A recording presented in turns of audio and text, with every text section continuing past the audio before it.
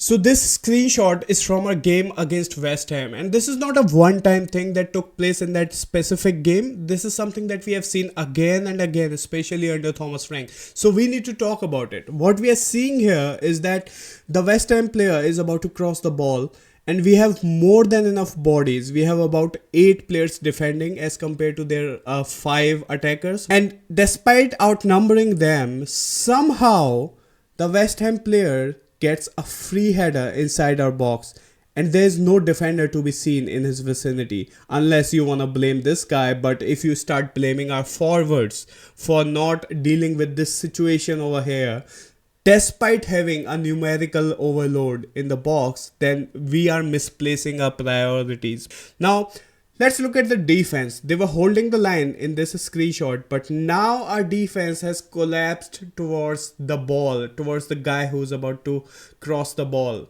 And this collapse has resulted in a lot of defenders defending the same space. This is what we call a false overload. We look compact, but this compact is not functional. And it is very clear, in my opinion, that this is a structural issue. They are neither going for a zonal marking nor man marking. They are doing neither properly. But you can say that, man, you're being unfair towards Thomas Frank. These players are just not good enough. But we have to remind ourselves that we have a World Cup winner.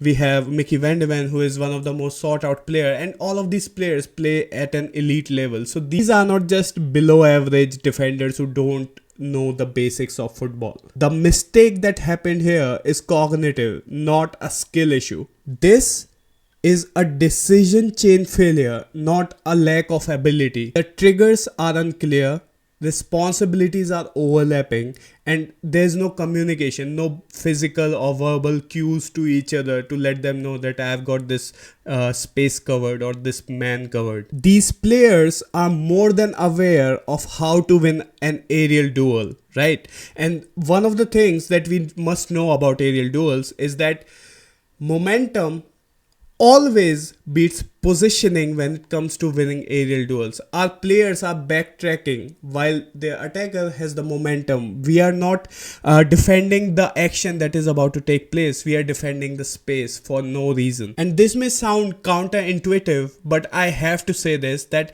high level defenders, elite defenders, look worse than average defenders in broken systems. Because these defenders are trained to defend within structure. They expect their teammate to hold zone. They delay instead of diving in, which is the right thing to do in a system. My takeaway from this and all the incidents that we have seen under Thomas Frank, in which we have numerical overload and still somehow look bad or worse in terms of defense, is that patterns don't come from individuals. They come from system. They come from defensive spacing rules. They come from pressing triggers. Put these same players in a settled low block with clear man zone hybrid rules, defined attack the ball triggers, and this situation almost disappears.